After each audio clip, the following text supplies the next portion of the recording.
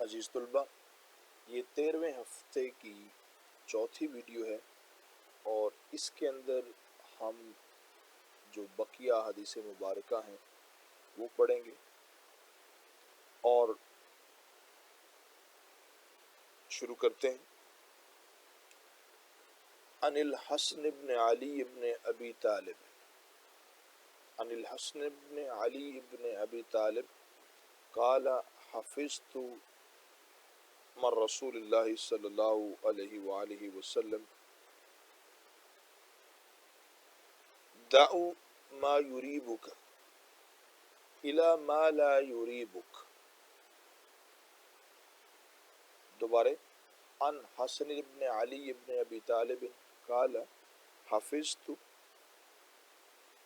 من رسول اللہ صلی اللہ علیہ وسلم دعو ما یریبک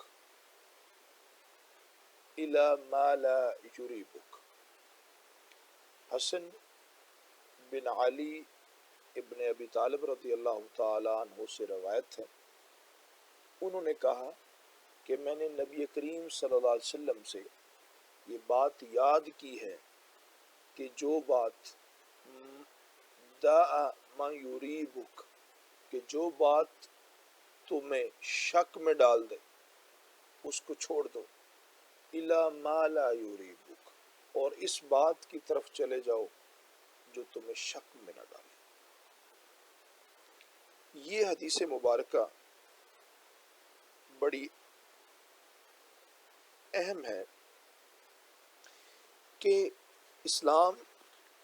جو ہے وہ ایک کلیئرٹی کا دین ہے۔ اسلام کے اندر جو شکوک اور شبہات ہوتے ہیں ان کے درمیان زندگی گزارنے سے منع فرمایا گیا، اور یہ کہا گیا ہے کہ ہمیشہ سچائی کی طرف، حق کی طرف، صحیح بات کی طرف بڑھے۔ اسی چیز کو مد نظر رکھتے ہوئے اگر ہم اس حدیث کی تشریحات میں دیکھیں تو آج کے دور میں خاص طور پر جب ہر چیز کے اندر انسان کو کئی مختلف آراء ملتی ہیں، مختلف چیزوں کے درمیان میں ہم فیصلہ نہیں کر پا رہے ہوتے کہ یہ چیز صحیح ہے یا غلط ہے، یہ شریعت کے مطابق ہے یا نہیں ہے۔ یہ ہماری اپنی ذات سے لے کے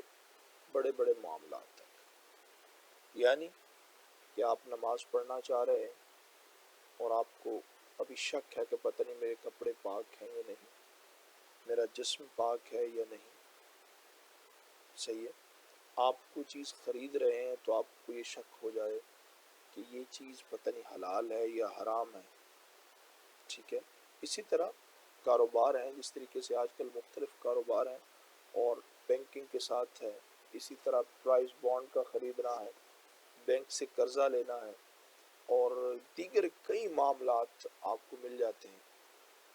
اور انسان شک میں پڑ جاتا ہے کہ شاید یہ صحیح ہو یا غلط ہو۔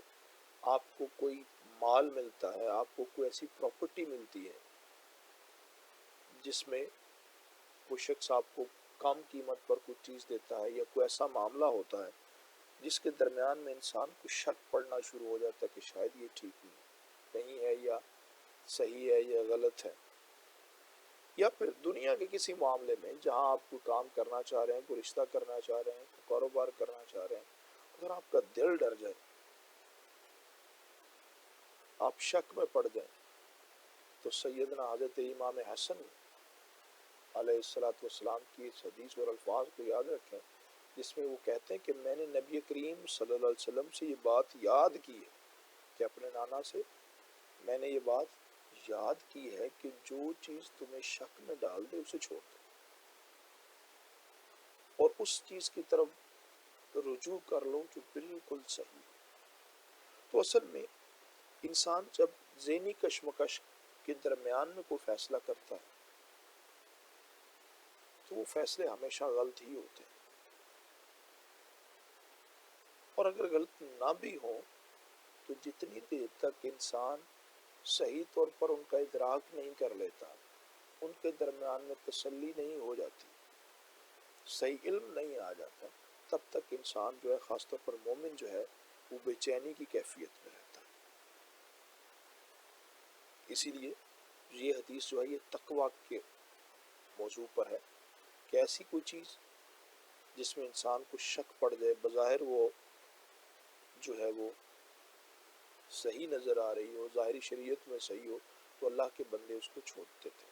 جیسے نبی کریم صلی اللہ علیہ وسلم کی ایک حدیث ہے جس کا مفہوم ہے کہ آپ نے دل کی طرف اشارہ کر کے فرمایا تقویٰ ہا ہونا، کہ تقویٰ یہاں پر ہے۔ تو اللہ کے جو بندے ہیں وہ ان چیزوں کے قریب بھی نہیں پھٹکتے جہاں پر گناہ کا شائبہ ہو، جہاں پر بھٹک جانے کا اندیشہ ہو، یعنی تمباکو نوشی ہو، میوزک وغیرہ کا سننا ہو گیا، کسی ایسی جگہ پر جانا ہو گیا جہاں پر شک پڑ جائے کہ یہاں پر یہ کھانا ٹھیک نہیں ہے، یا یہ لوگ جو ہیں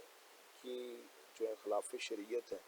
تو جو جس بندے کی استطاعت ہو اس کے مطابق اس حدیث میں بچنا ضروری ہے۔ اسی طرح جیسا کہ آپ کو پتہ ہے کہ انبیاء پر یعنی نبی کریم صلی اللہ علیہ وسلم پر اور اہل بیت پر صدقہ حرام ہے۔ اہل بیت کو، نبی کریم صلی اللہ علیہ وسلم کو اور اہل بیت کو ہدیہ دیا جا سکتا ہے جو ان پر جائز ہے، صدقہ ان کو نہیں دیا جا سکتا، ٹھیک ہے۔ تو ایک مرتبہ حضور کریم صلی اللہ علیہ وسلم کو رستے میں ایک کھجور پڑی ہوئی ملی، تو آپ صلی اللہ علیہ وسلم نے فرمایا اگر مجھے یہ خدشہ نہ ہو کہ کھجور جو ہے یہ صدقے کی ہے تو میں اسے کھا لیتا۔ تو اس احادیث کی جو تشریحات ہیں، الفاظ بہت کم ہیں لیکن مفہوم بہت زیادہ ہے۔ اللہ سبحانہ و تعالی ہمیں سمجھنے کی اور عمل کرنے کی توفیق عطا فرمائے۔ دوسری حدیث ہے حضرت ابو ہریرہ رضی اللہ تعالی عنہ سے، ان ابی ہریرہ قال قال رسول اللہ صلی اللہ علیہ وسلم من حسن الاسلام مرء ترکہ ما لہ یعنیہ، من حسن الاسلام مرء ترکہ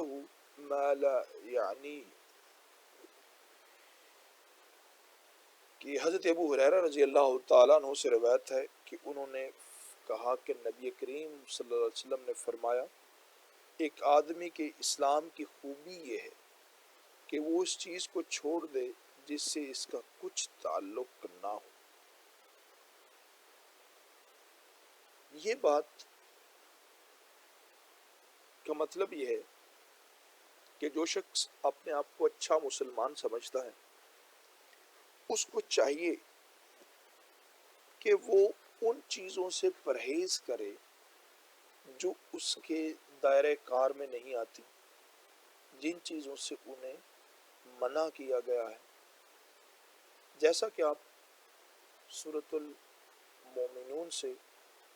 میں پڑھ کے ہیں کہ مومنین جو ان اللغو معرضون، کہ اللہ کے بندے جو ہیں، ایمان والے جو ہیں، وہ لغو یعنی بری باتوں سے، غیر ضروری گفتگو سے، غیر ضروری انٹریکشن سے، غیر ضروری فیس بک، واٹس ایپ، ٹویٹر، ان چیزوں سے پرہیز کرتے ہیں۔ ایک تو یہ ہے۔ دوسری اس میں یہ چیز ہے کہ بھئی جس طریقے سے ہم دین کے اندر بدعات زیادہ ہو رہی ہے کہ وہ چیز نہ تو قرآن میں ہے نہ حدیث صحیحہ میں ہے، اور ہم اس کو پکڑ لیتے ہیں اور پھر اس کی مختلف تشریحات کرتے ہیں، اور نہ صرف اس سے ہمیں جو اعتقادی طور پر نقصان ہوتا ہے بلکہ مالی طور پر بھی نقصان ہوتا ہے، ان چیزوں کو بھی چھوڑنے کا حکم ہے۔ اسی طرح کوئی دنیاوی مفاد ہے، جیسے کہ ابھی حضرت امام حسن کی حدیث جو ہے اس میں آپ نے دیکھا کہ جو چیز تجھے شک میں ڈال دے اسے چھوڑ دے۔ اسی طرح آپ جا رہے ہیں، کوئی مال پڑا ہوا ہے، کوئی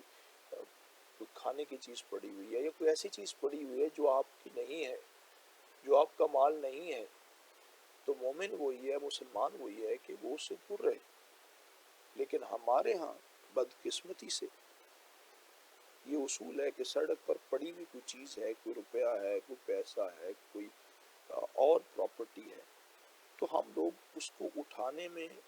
اس کو ساتھ لے جانے میں، اس کو تصرف میں لانے میں، استعمال کرنے میں ذرا بھی ہچکچاتے نہیں ہیں، حالانکہ ہمیں پتہ ہے کہ یہ ہمارا مال نہیں ہے، یہ کسی اور کی چیز ہے، کوئی بھول چکا ہے، کسی سے گر گئی ہے، ٹھیک ہے۔ تو یہی چیز ہے کہ جب انسان ان چھوٹی چھوٹی آیات، ان چھوٹی چھوٹی باتوں کو ذہن میں رکھتا ہے، تو پھر جو کرپشن کی بڑی بڑی چیزیں ہیں ان پر بھی انسان جو ہے وہ پرہیز کرتا ہے۔ اگلی حدیث کی طرف چلتے ہیں، اور یہ حدیث ہے ان انس بن مالک ان نبی صلی اللہ علیہ وسلم قال لا يؤمن احدكم حتى يحب لاخيه ما يحب لنفسه۔ حضرت انس بن مالک روایت کرتے ہیں کہ انہوں نے نبی صلی اللہ علیہ وسلم سے سنا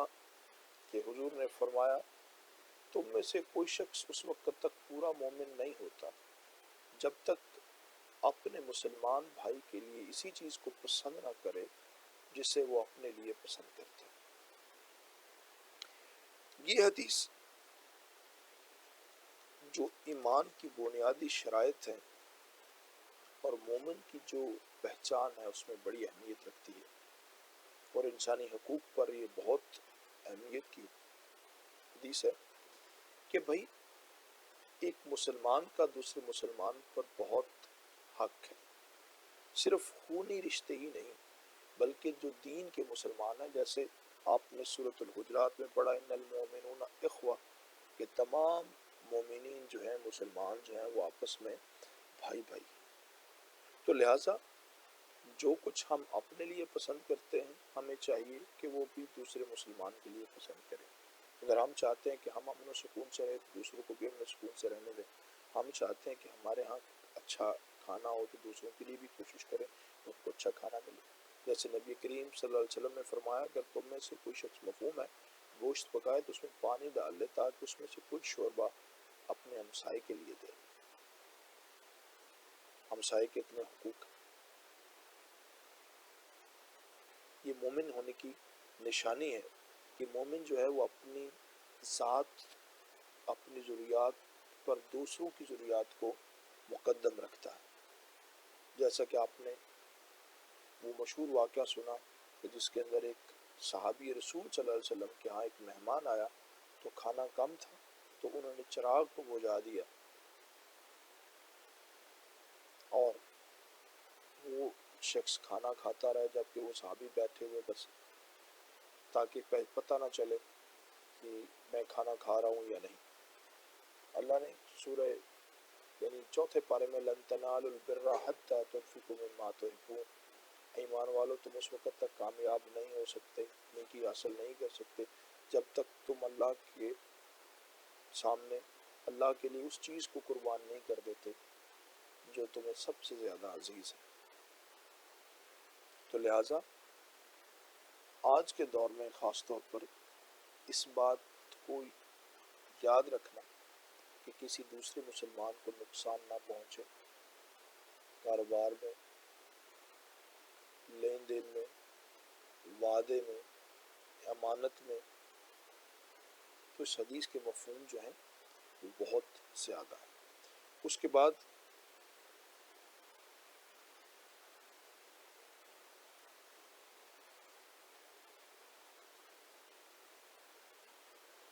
امید ہے عزیز طلبہ کہ آپ کو اس ویڈیوز کے اندر 3 باتیں بتائی گئی ہیں نبی کریم صلی اللہ علیہ وسلم کی طرف سے، کہ پہلی امام حسن علیہ السلام کی حدیث کہ جو چیز تمہیں شک میں ڈال دے اسے چھوڑ دو اور جو بات صحیح ہو اسے مان لو۔ دوسری حضرت ابو ہریرہ رضی اللہ تعالیٰ عنہ کی حدیث کہ جس چیز سے تمہارا کوئی تعلق نہیں ہے اسے چھوڑ دو۔ اور تیسری چیز جو ہے کہ جو کچھ تم اپنے لیے پسند کرتے ہو وہی اپنے جو مسلمان مومن بھائی ہے اس کے لیے پسند کرو۔ اللہ سبحانہ و تعالی